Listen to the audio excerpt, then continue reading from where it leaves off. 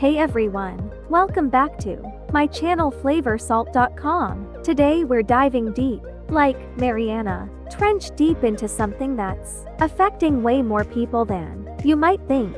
Yep, we're talking about food addiction, and let me tell you, it's way more complex than just liking pizza on a Friday night. So grab a snack, preferably something healthy, but no judgment here if it's a slice of cake, because we're unpacking the real truth about food addiction.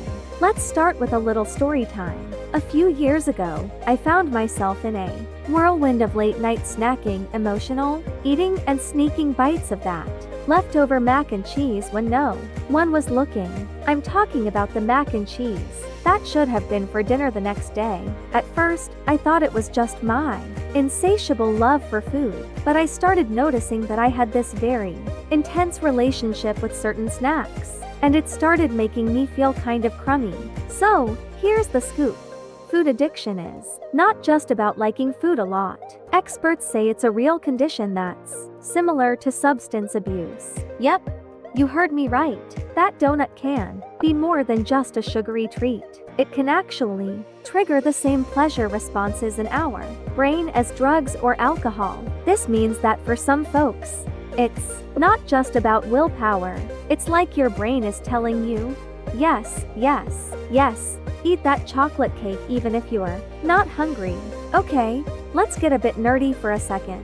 When you eat something high in sugar or fat, your brain releases dopamine. That's the feel-good neurotransmitter. But the problem? Over time, those feel-good moments can decrease, which means you need more of that food to get the same high. So, how do you know if you might be dealing with some sort of food addiction? Well, for starters, are you eating when you're not hungry? Do you feel out of control around certain foods? Or maybe you've hidden food from others? Let's talk triggers. Stress, boredom, even social situations can push some of us into a food frenzy. And I won't lie, I'm guilty.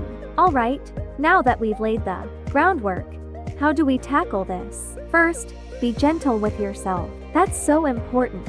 And let's ditch the guilt. Replace that negativity with healthier alternatives, both food-wise and emotionally. Try to incorporate mindfulness while you eat. Sounds fancy, right? But really, it's just about savoring each bite. Oh, and don't forget to find other ways to cope with stress, like exercise or even talking to friends. So, the real truth about food addiction? It's all about understanding it and learning to manage our relationships with food. Together, we can break the cycle and enjoy food for what it is, a source of nourishment and joy. Before you go, don't forget to hit that like button if you found this super helpful, and subscribe for more real talk about these important issues. And if you have any stories or tips on this topic, drop them in the comments below. I love connecting with you guys. Stay kind to yourself, and I'll see you in the next video.